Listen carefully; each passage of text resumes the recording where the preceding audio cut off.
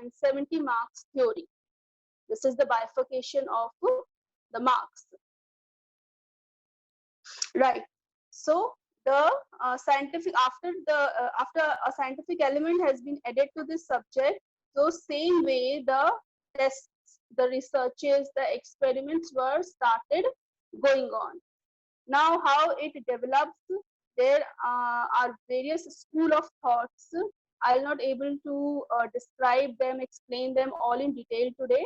I just name few of them.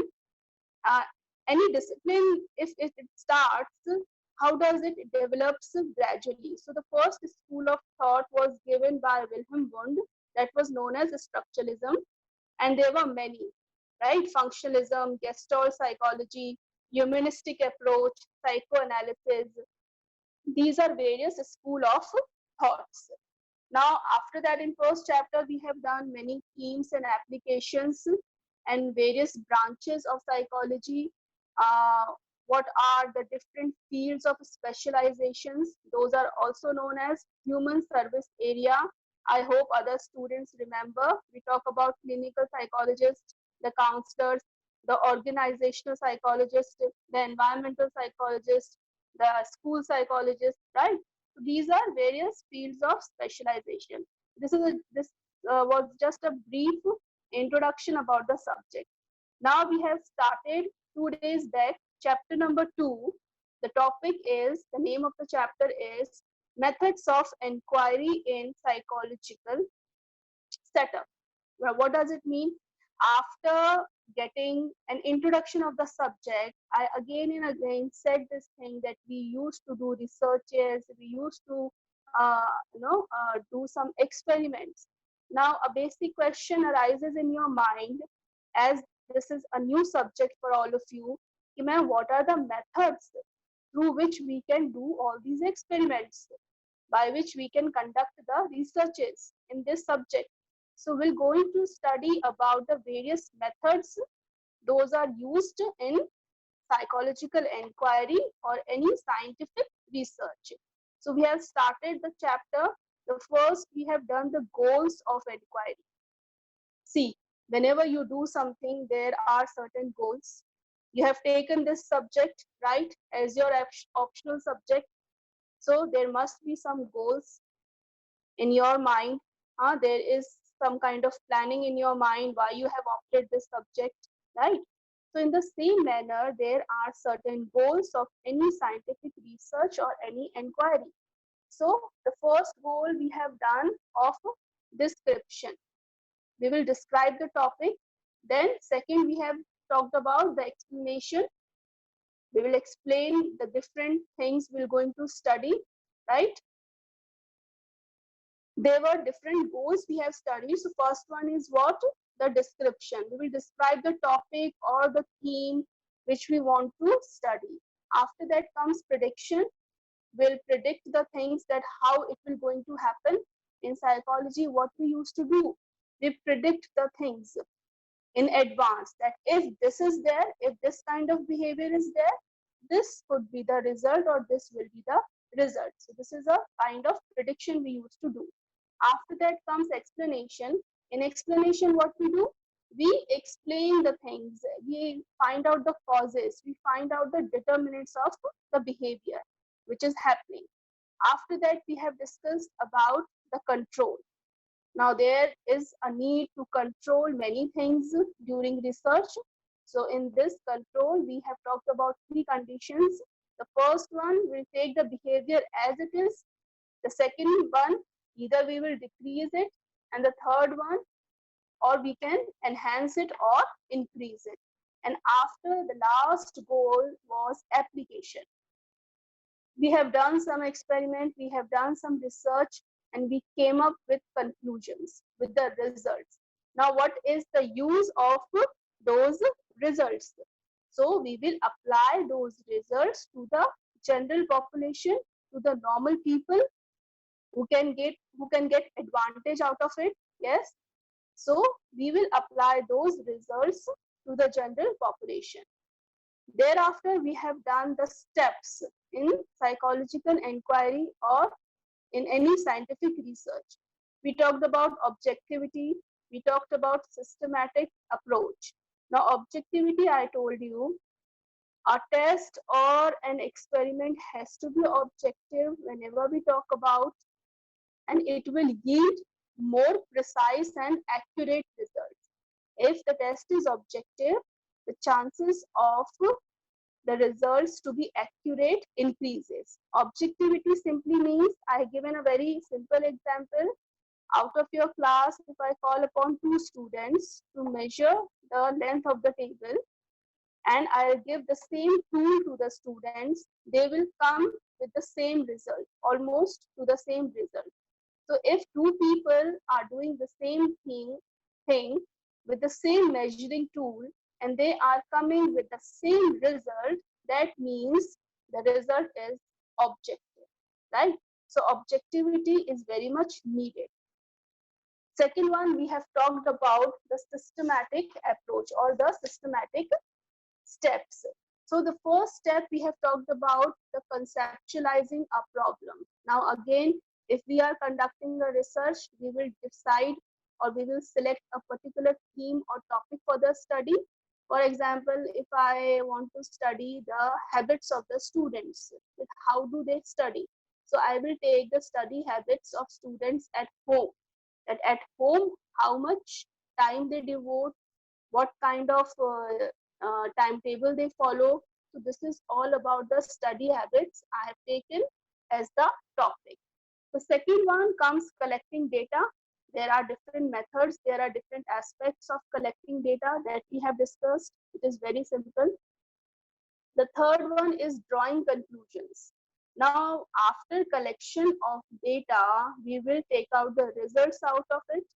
For that, what we have to do? For that, we have to analyze the result.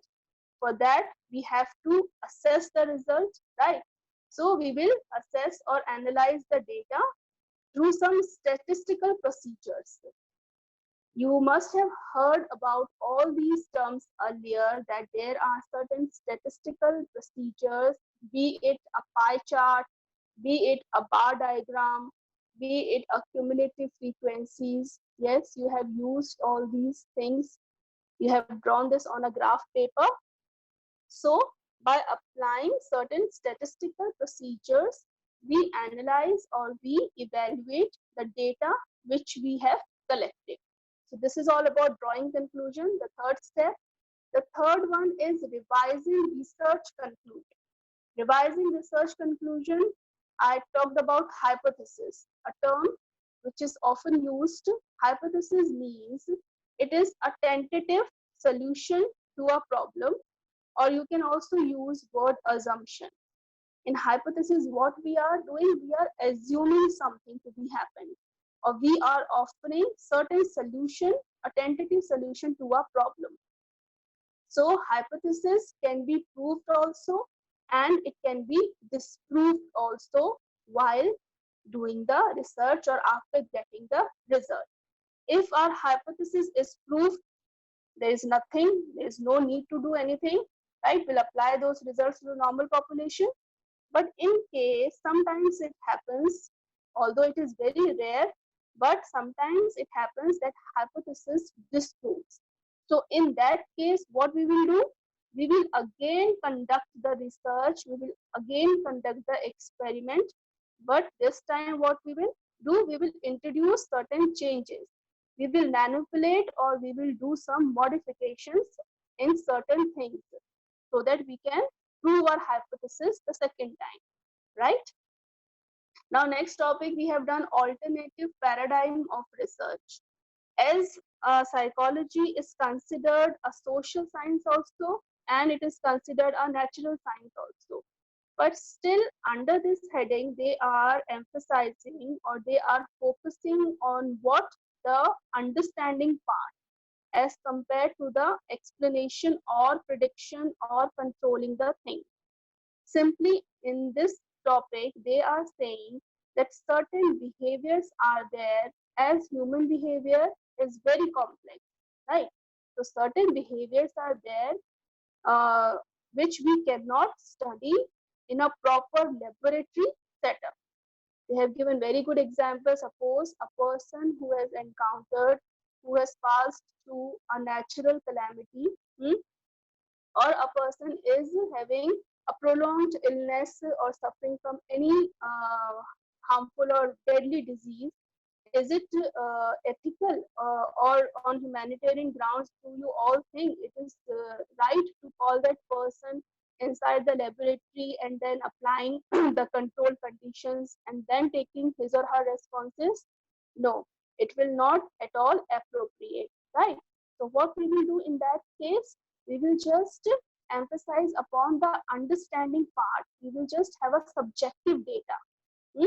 Not the objective data. Objective means where certain uh, close-ended questions are there or certain planned strategy is there. No, we'll apply a subjective method. In that case, the person has to just tell about his or her experiences in his or her own words.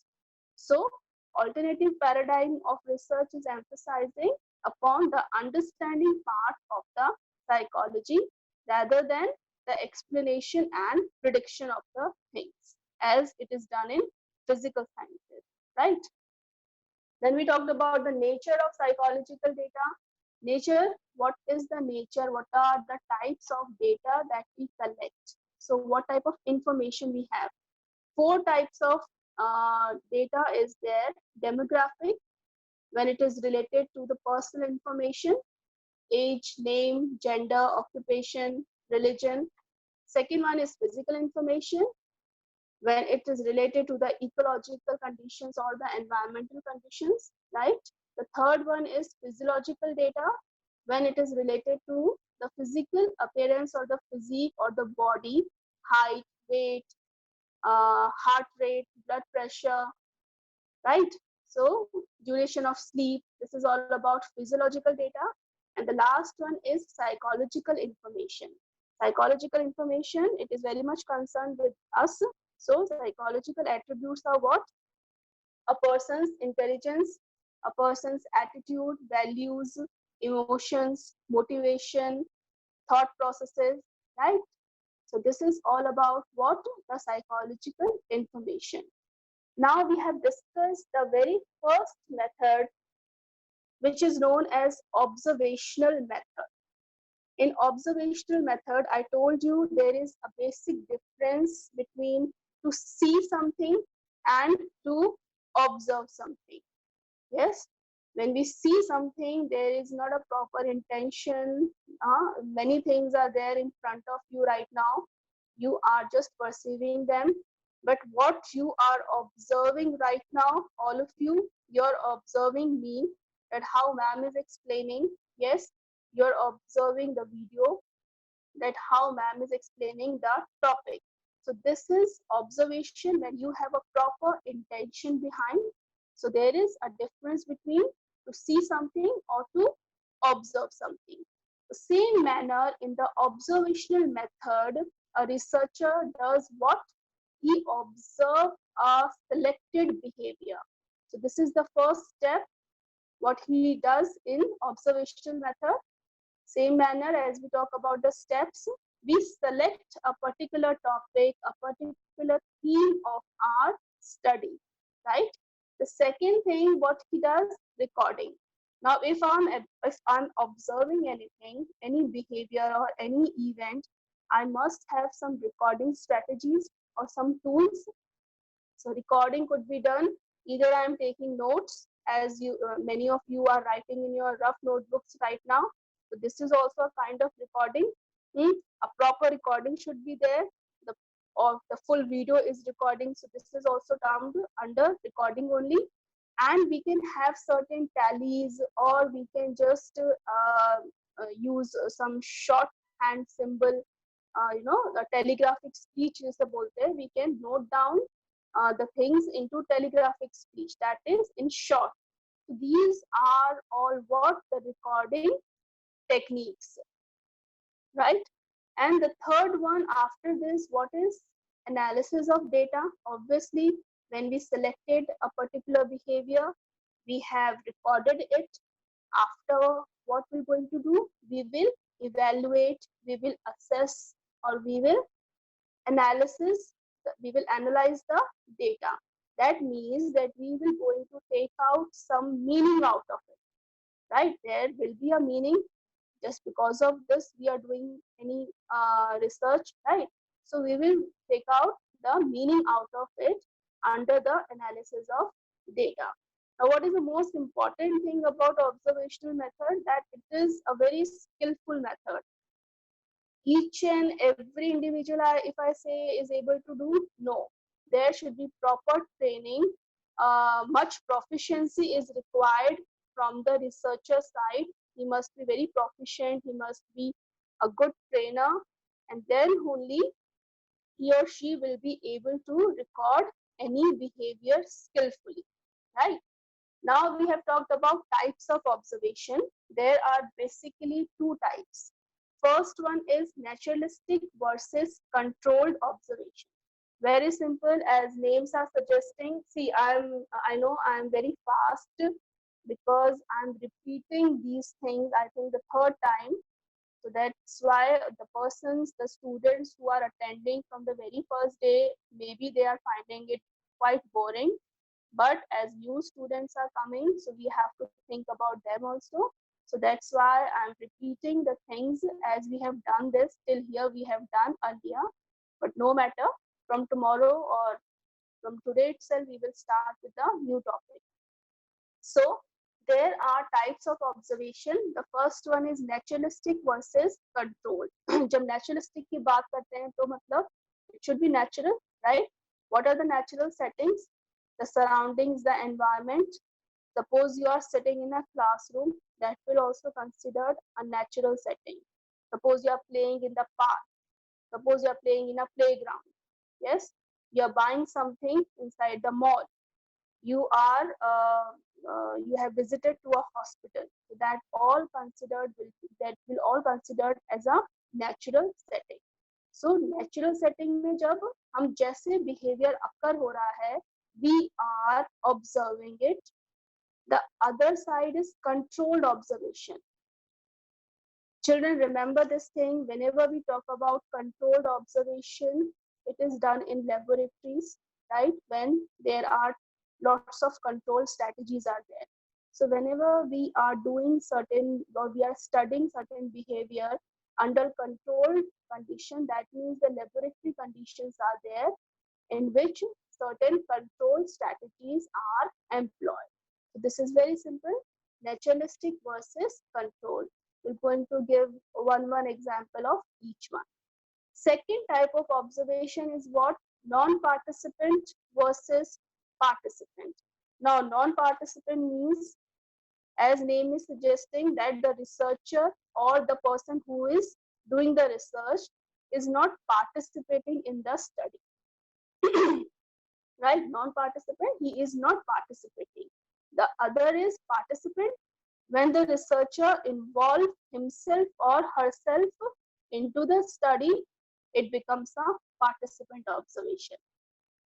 To simplify, let me give you an example. Suppose in non-participant, if I say, in a classroom, I want to study the behavior of students, right? And I'm a researcher, right? I'm a researcher.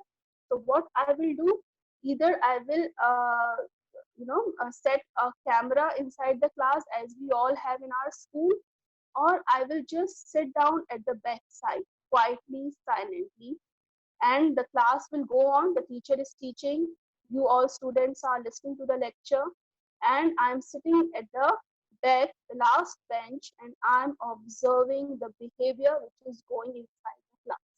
That will become non-participant, because I'm not participating in any of the activities in any manner, right? I'm just sitting quietly and silently. Participant observation means, suppose a group of students are there, obviously, in the class, and I took the admission in your class as a researcher, and I will also convey you this motive, that as a researcher I have taken admission and I want to be a part of your group, and I want to know about certain behavior, about certain human behavior.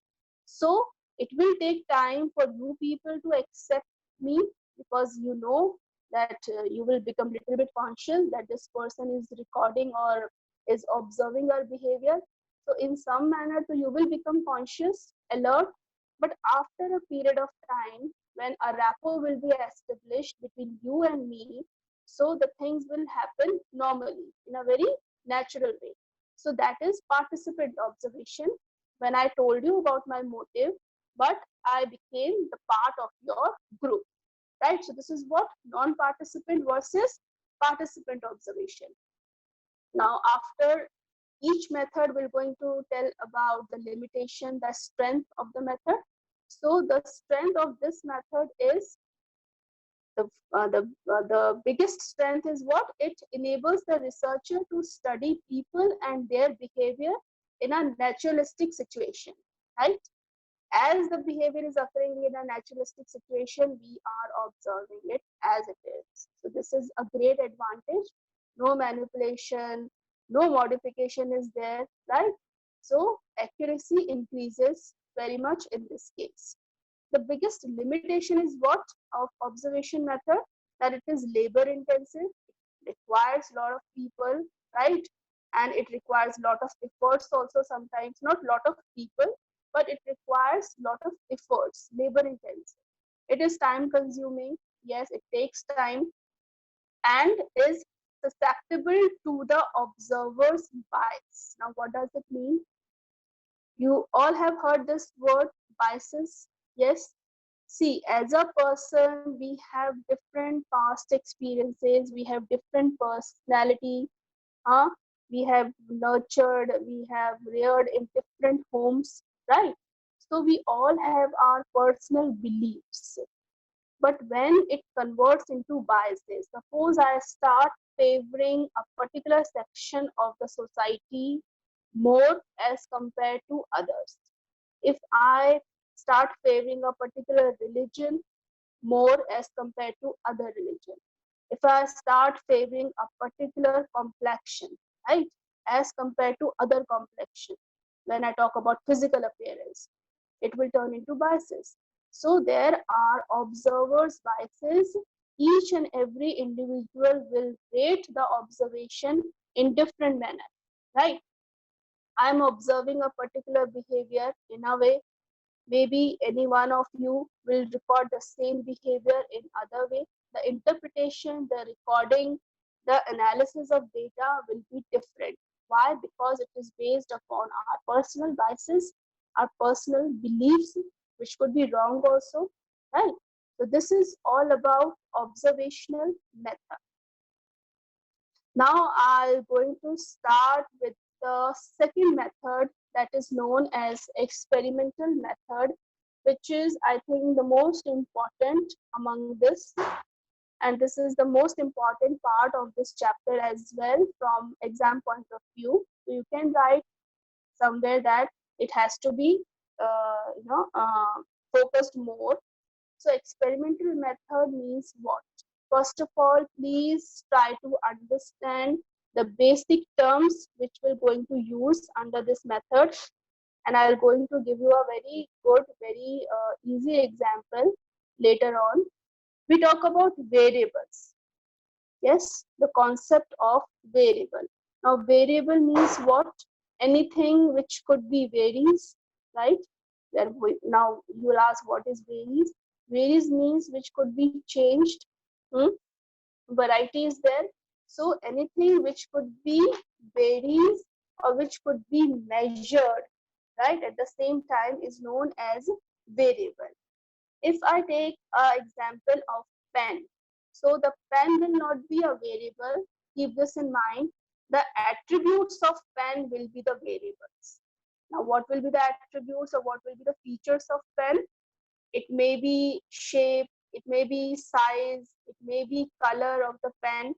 So these are what the attributes of pen: different shapes, different sizes, and different color.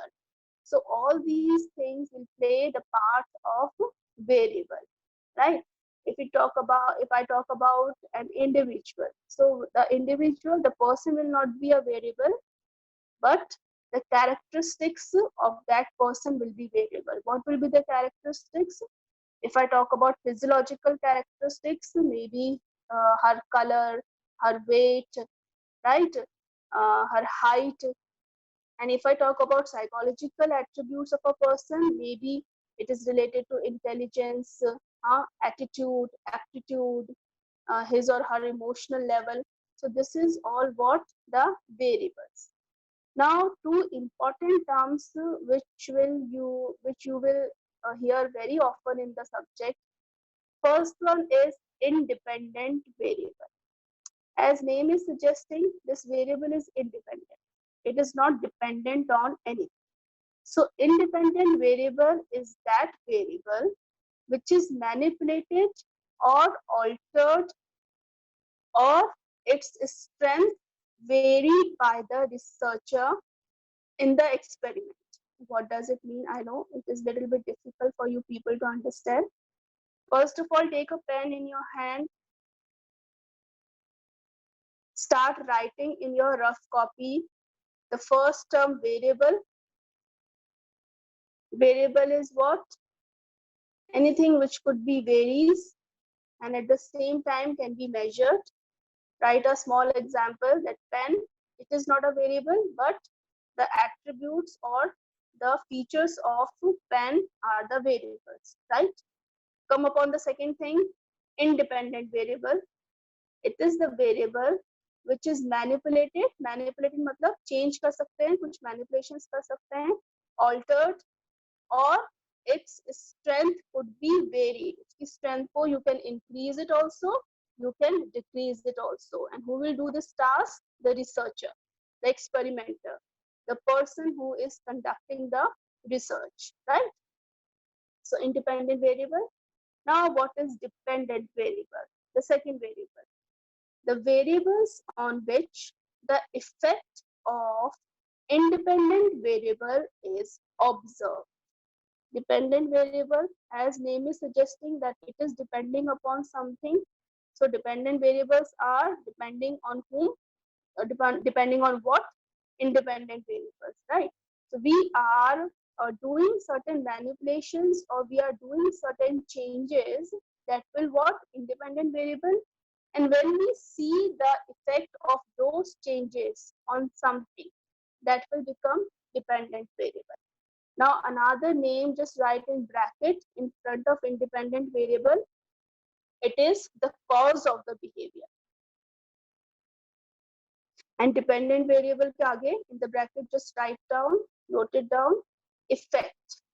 So cause and effect relationship is very important. Under which method? Experimental method, the method which we are discussing right now, right? So independent variable is the cause, anything which is causing, and dependent variable is the effect upon which we are observing the effects of something, right? Now the third variable is known as sometimes extraneous variables or sometimes relevant variables. You can use both the term, both are synonymous. The third variable is known as extraneous. Extraneous means the external, yes, or the relevant variables. This is the third type of variable. Two names are there. You can use it. You can use any of it. Extraneous or relevant variables. Now, what happens, children? Whenever we do certain experiment in this, we take independent group, right? Sorry, we take experimental group and we take control group. Now, in this experimental and control group, we are taking independent variables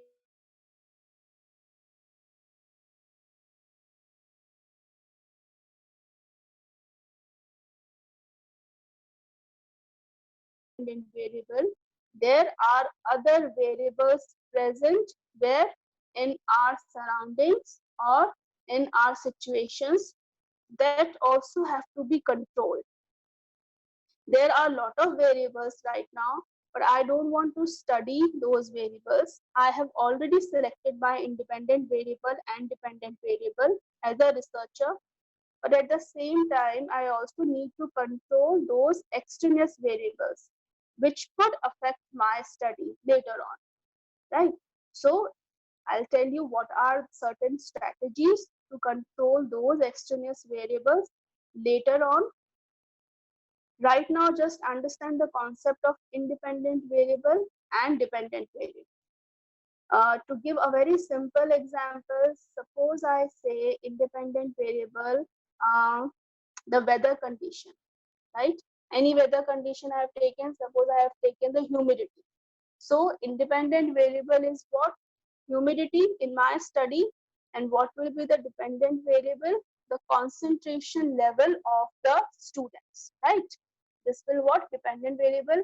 Now the humidity is the cause and the concentration of the students will become the effect.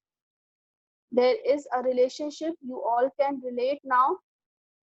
You all can understand that humidity is somewhere affecting your concentration level.